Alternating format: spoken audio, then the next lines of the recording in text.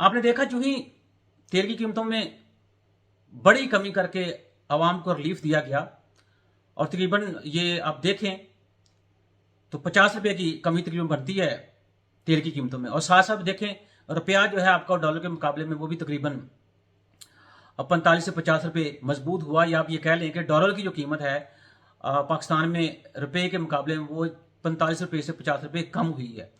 तो साथ ही prime minister साहब ने यह ऐलान कर दिया और सूबाई हुकूमतों को ये अनाउंस किया कि महंगाई के असरात जो कम होने चाहिए, क्योंकि तेल की कीमतों में भी कमी हुई है और साथ डॉलर जो उसकी कीमतों में भी कमी हुई है। तो इस रिलीफ का फायदा जो आम आदमी को पहुंचना चाहिए, और जिसके सिलसिले में आप देखें कि ट्रांसपोर्ट के किरायों के अंदर तकरीबन 15% कमी का ऐलान किया गया है। और जाहिर सी बात, इससे मेरे ख्याल में जो मंडियों से कंज्यूमर तक सब्जियां पहुंचती हैं उसकी कास्ट में भी कमी होगी, और उससे मेरे ख्याल में चीज़ों की कीमतों में कमी होनी चाहिए और इसका फायदा आम आदमी को पहुंचना चाहिए। साथ साथ अगर आप देखें तो मोटरसाइकिलों में डॉलर की कीमत में कमी की वजह से 22,000 से लेकर 38,000 तक फी मोटरसाइकिल कीमत में कमी का ऐलान किया है। और इसी के साथ आप देखें तो सरिया जो है वो फी टन 55,000 रुपया उसकी कीमत में कमी हुई है। तो इसका मतलब कास्ट ऑफ कंस्ट्रक्शन जो है उसमें भी कमी होगी। तो धीरे धीरे मैं समझता हूं कि इसी तरह वो जो डॉलर की कीमत में कमी हुई और तेल की कीमतों में कमी हुई, उसके फ्रूट्स जो हैं वो आम आदमी तक पहुंचना शुरू हो रहे हैं। और इसमें हम कह सकते हैं कि बूटा जो है वो किसी हद तक अब खुश होता हुआ नजर आ रहा है। मैं ये समझता हूं कि तेल और डॉलर की कीमत में कमी की वजह से एयरलाइंस को अपने किराए कम करने चाहिए। लेकिन आप देखें पाकिस्तान इंटरनेशनल एयरलाइन और पीएसओ का आपस में कंफ्लिक्ट चल रहा था, उसका फायदा जो निजी एयरलाइंस ने उठाया और उन्होंने किरायों में इजाफा कर दिया। हालांकि इजाफा तो नहीं होना चाहिए, किरायों में कमी होनी चाहिए। वजह जो फ्यूल आप इस्तेमाल कर रहे हो पहले से आपको सस्ते दाम मिल रहा है। तो मेरा ख्याल है गवर्नमेंट को इस तरफ भी तवज्जो देने की जरूरत है। अभी अब चंद दिनों बाद देखेंगे कि मजीद डॉलर जो सस्ता होगा, आज तो उसकी कीमत में 2 या 3 रुपए इजाफा होगा, लेकिन ये शॉर्ट टर्म है, ये जल्दी पाकिस्तान कवर कर लेगा। और मेरे ख्याल में आने वाले दिनों में बहुत सारी चीजें आपको अच्छी होने को नजर आ रही होंगी। अभी आप देखें तो ग्लोबल हंगर इंडेक्स की रिपोर्ट 2023 की पब्लिश हो चुकी है, जिसमें तकरीबन 125 मुल्क शामिल हैं। और इन 125 मुल्कों के अंदर पाकिस्तान का जो इंडेक्स है या पाकिस्तान की जो इंडेक्स रैंकिंग है वो 102 नंबर पे है। तो ओवरऑल अगर देखा जाए तो तकरीबन जो पाकिस्तान ने स्कोर अटेन किया है इस रैंकिंग के लिए वो 26.6 है। और मैं समझता हूँ कि ये बहुत एक सीरियस सिचुएशन है। गवर्नमेंट को इससे बड़े अच्छे तरीके से कवर करना चाहिए। गवर्नमेंट को बड़ी केयर के साथ हंगर के ऊपर काम करना चाहिए। जाहिर सी बात, ये पॉवर्टी की बात हो रही, पॉवर्टी रिडक्शन को देखना चाहिए। और अगर हम इसका तकाबला जो है वो करें बाकी जो हमारे नेबरिंग कंट्रीज जैसे इंडिया है, बांग्लादेश है, नेपाल, श्रीलंका है, तो बिलतरतीब देखा जाए तो भारत के अंदर भी भूख ऑफ लॉस जो है वो मजीद बड़ी है। आप कह लें कि उसकी जो दर्जाबंदी है वो मतलब कि पहले से कम हुई है। 125 मालिक की लिस्ट में भारत जो है वो 111वें नंबर पे है। और इस तरह से देखा जाए तो भारत ने जो स्कोर हासिल किया है वो 28.7% है।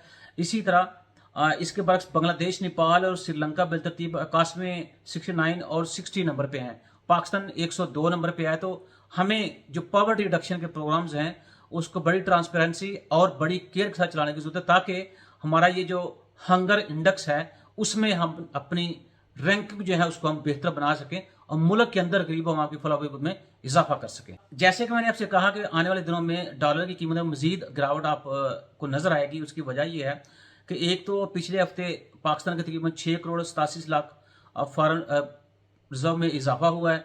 और इसके साथ साथ ये है कि अभी जैसे ये BRI जो उसका तीसरा अजलास कल 18 अक्टूबर था उसमें हुआ, और उसमें पाकिस्तान की चीनी कंपनी के साथ एक MOU साइन हुआ है। और ये चीनी कंपनी तकरीबन पाकिस्तान के अंदर 1.5 अरब डॉलर जो है उसकी इन्वेस्टमेंट करेगी। और इसमें जो कि रिफाइनरी के अंदर या पेट्रोलियम सेक्टर जिसके अंदर इन्वेस्टमेंट हो रही है, तो इसका मतलब ये हुआ कि पाकिस्तान में जो रिफाइनरी है उसकी कैपेसिटी के अंदर भी इजाफा किया जाएगा।